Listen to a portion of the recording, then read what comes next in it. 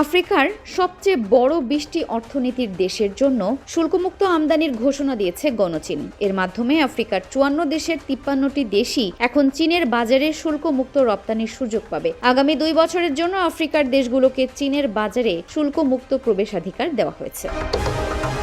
গত ১ মে থেকে এই শুল্কমুক্ত সুবিধা কার্যকর হয়েছে বলে সংবাদ প্রকাশ করেছে সিজিটিএন। মার্কিন প্রেসিডেন্ট ডোনাল্ড ট্রাম্পের নেতৃত্বে যুক্তরাষ্ট্র আমদানি শুল্ক বাড়ানোর মাধ্যমে সুরক্ষাবাদী নীতি জোরদার করলেও ঠিক উল্টো পথ অনুসরণ করেছেন প্রেসিডেন্ট শি জিনপিং। এর মধ্যে ইউরোপীয় ইউনিয়ন ইইউ থেকে আমদানিকৃত গাড়ির ট্রাকের ওপর ২৫% শুল্ক আরোপের ঘোষণা দিয়েছে ট্রাম্প।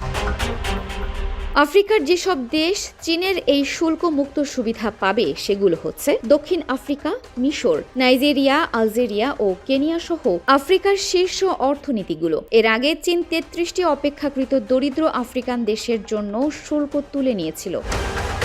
ফলে এখন আফ্রিকার ৫৪টির মধ্যে ৫৩টি দেশই এই সুবিধা পাচ্ছে। শুধু ইসওয়াতিনি দেশটি চীনের এই শুল্কমুক্ত সুবিধার বাইরে রয়েছে। এই দেশটির সুবিধা না পাওয়ার মূল কারণ এটি একমাত্র আফ্রিকান দেশ যা তাইওয়ানের সঙ্গে আনুষ্ঠানিক কূটনৈতিক সম্পর্ক বজায় রেখেছে। চীনের স্টেট কাউন্সিলের শুল্ক কমিশন বলেছে এই উদ্যোগ চীন ও আফ্রিকার পারস্পরিক উন্নয়নকে ত্বরান্বিত করবে। রাষ্ট্রীয় সংবাদ সংস্থা সিনহুয়া জানায়, নতুন নীতির আওতায় দক্ষিণ আফ্রিকা থেকে ২৪ মেট্রিক টন আপেলের একটি চালান গত ১ মেতে শেনঝেনে পৌঁছেছে, যা প্রথম শুল্কমুক্ত পণ্য হিসেবে চীনের বাজারে প্রবেশ করেছে।